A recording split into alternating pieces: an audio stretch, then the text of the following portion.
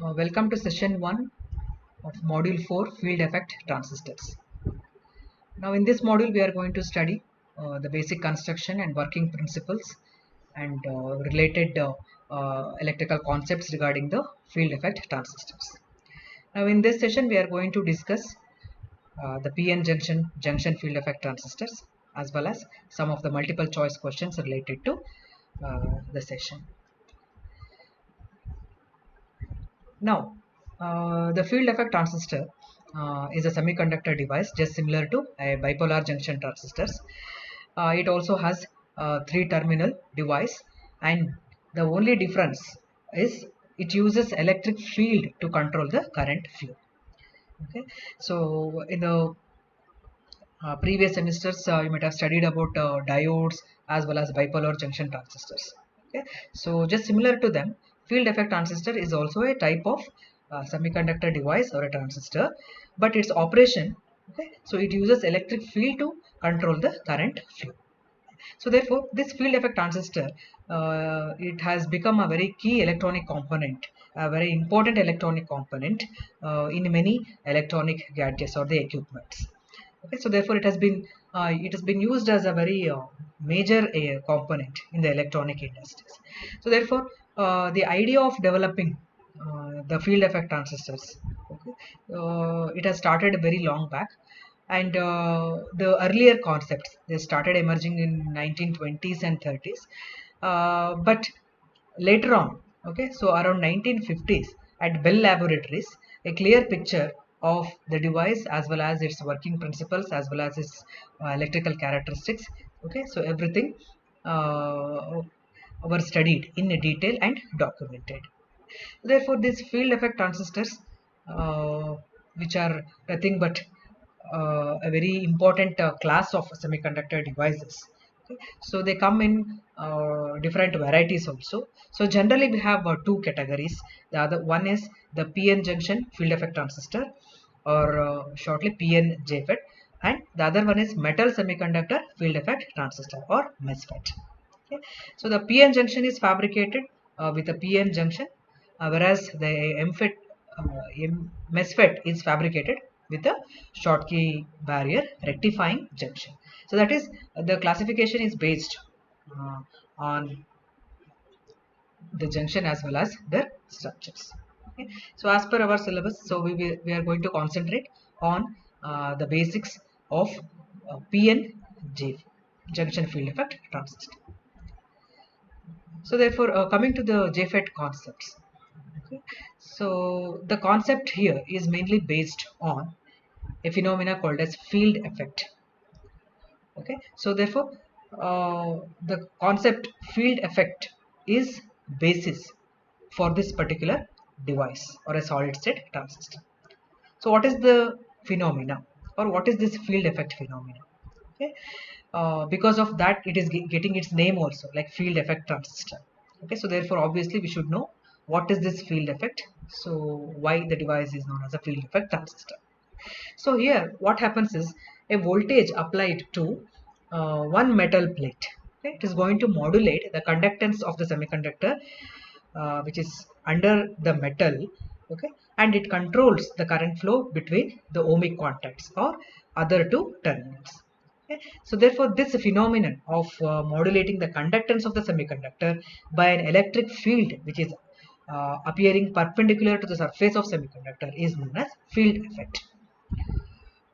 Okay, so therefore here the main concept by which the device has got the name as field effect transistor is the application of the electric field. Okay, so the effect of this field is it is going to modulate the conductance of the semiconductor which is present under the metal layer, and it's further going to control the current between the other two terminals. Okay, and also one of the very important features of this transistor is it's a unipolar transistor. That is, the current flow is because of only majority carriers here. Okay, so because of one type of carrier, the field effect transistor is also known as the majority carrier device or unipolar device. Why it is unipolar device? It is because uh, either electrons are responsible for the drain current or the holes are responsible for the current flow. So because of flow of only one type of carriers, the device is also known as a majority carrier device.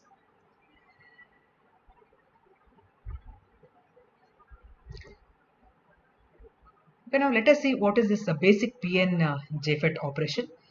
And here you can see that the picture shows a cross-sectional view of the junction field effect transistor. It has three terminals: source, gate, and the drain. Okay, these are the terminals, three terminals. Okay, you can just recall the bipolar junction transistor. What are terminals? It has emitter, collector, and the base. But here the field effect transistor, it has source, drain, and the gate. And also the cross-sectional view is showing here N type of material as well as P plus type of materials also. Okay, so this N type of material what we are seeing in the cross section, it forms an important part of the device which is known as channel. And as it is a N type semiconductor material, it is known as N channel. N channel. So this N channel is nothing but it's a region between the source and the drain. So we know the general meaning of channel. Okay, it is going to connect the two terminals, or it is just a space. Okay, so between the two parts or two regions. So here it is the space or the region between the two terminals. Okay, and this N channel is uniform, that is the complete space or the region between the source and drain is N type semiconductor material only. And we also have in the cross section two P plus regions here. Okay, so here P plus means heavily doped regions. Their doping level is much more higher when compared to the N channel. And now in the field effect transistors, these two P plus regions are tied together and they form a single terminal known as a gate terminal.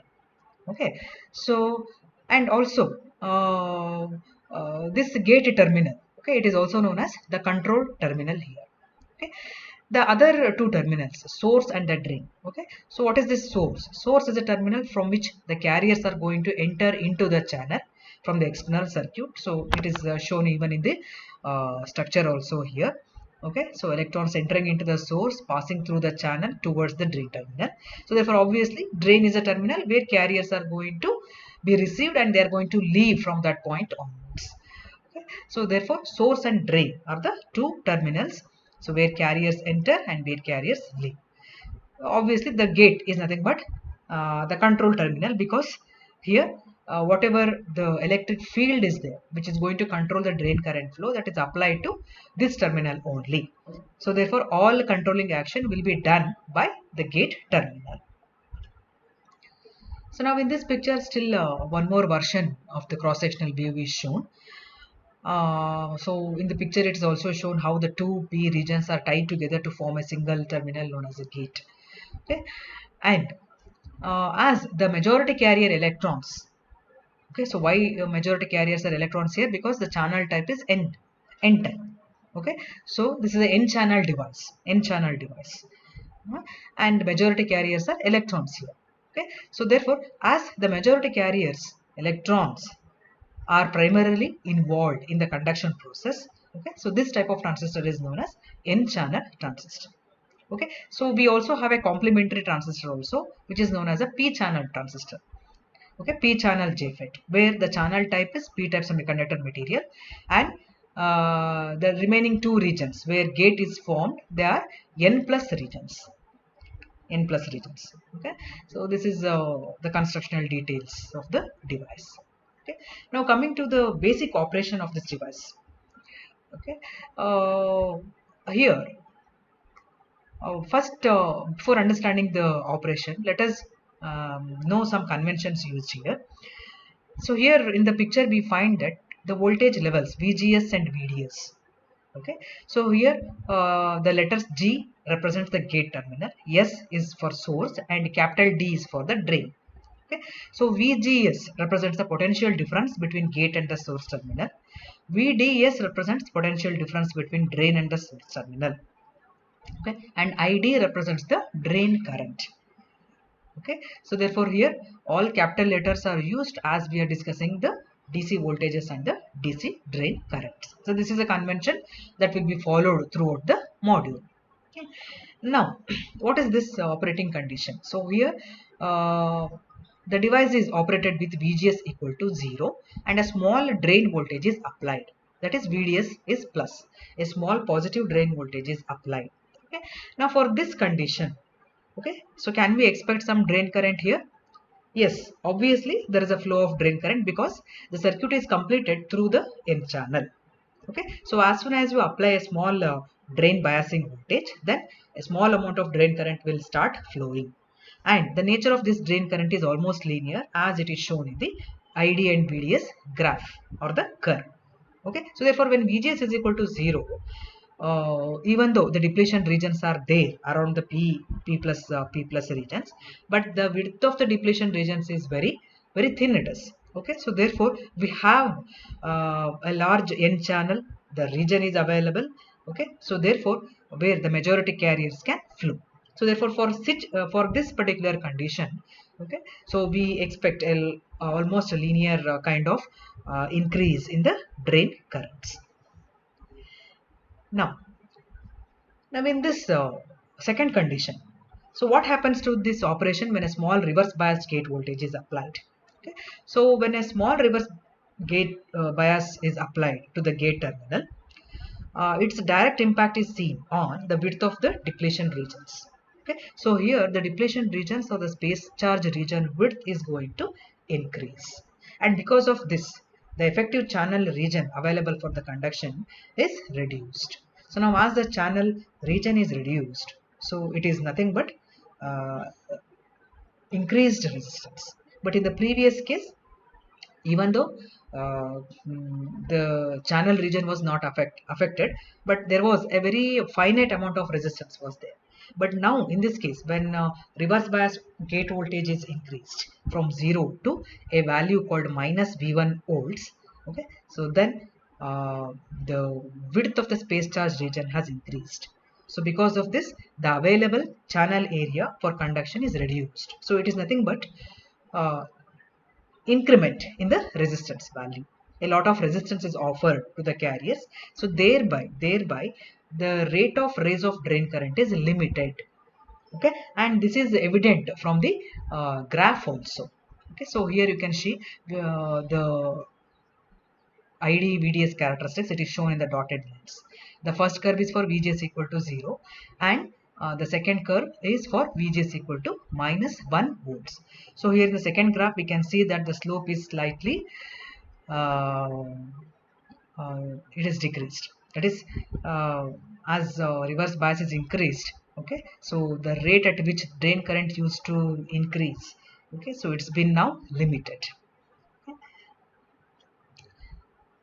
Now in the third condition we will see what happens if the gate voltage is still increased.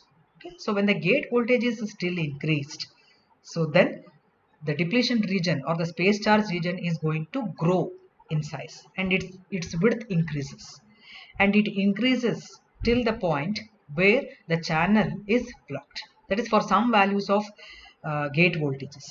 Okay, say for example minus V2 volts or minus V3 volts. Okay, when a sufficient reverse bias is applied, then the width of the space charge region is so high that it has completely blocked the channel. Okay, now at this condition the drain current is dropping to 0, and this condition is also known as pinch off condition. Okay, so here the depletion regions, they will completely isolate the drain and the source terminals. So here you can see that when VGS is equal to minus V2 volts, okay, so almost for any increase in the drain voltage, so there is no response. That is, ID is almost 0 only.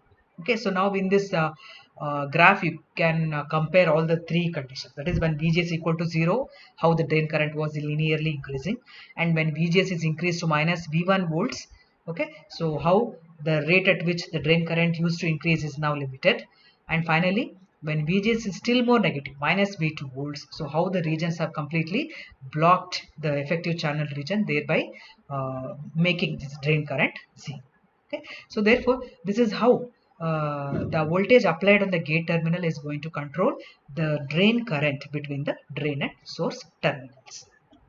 Okay, so therefore here coming to the basic transistor action, what we can understand from the basic characteristics is the current in the channel is controlled by the gate voltage. So that is clear now.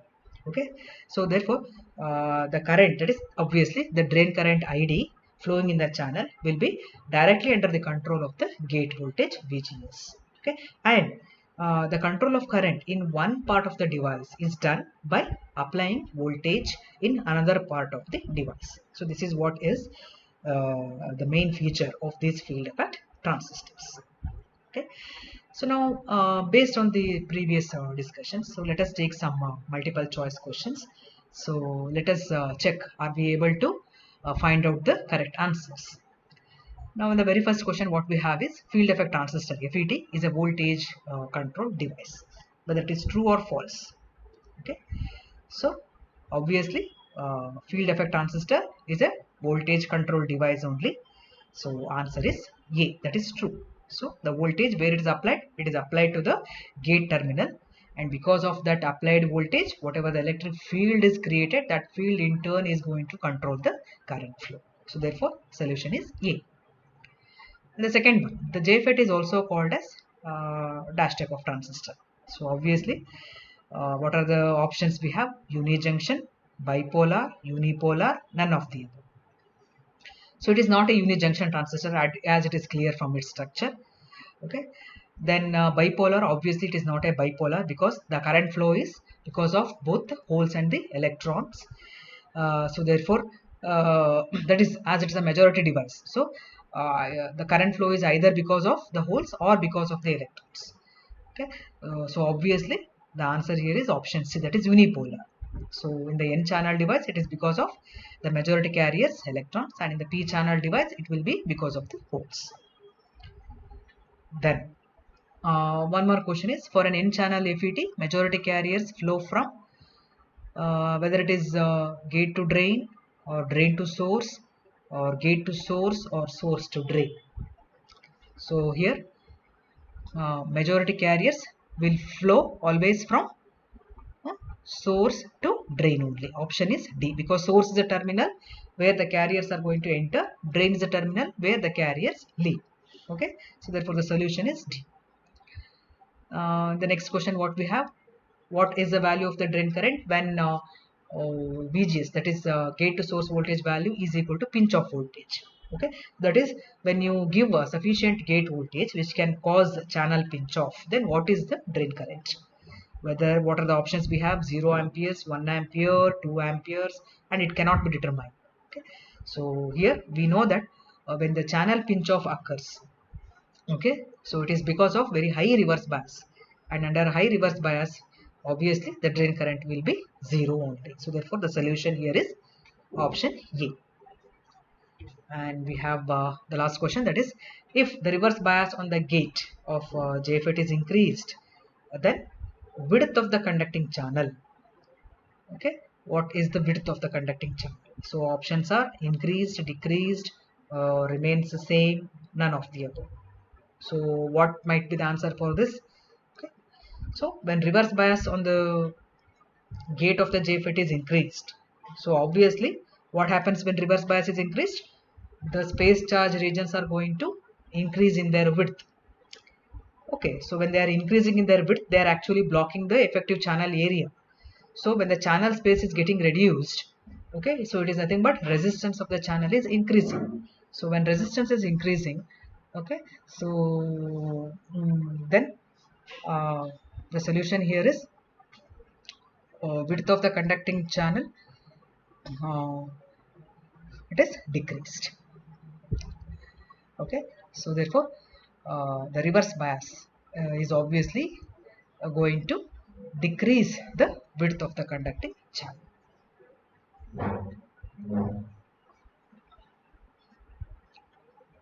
So therefore we have here key answers to the multiple choice questions. So you can refer back to the lecture, and again you can go back to the multiple choice questions, and according to the basic features or the characteristics of the channel JFET, so you can find the solutions here. So with this we come to the conclusion of this session.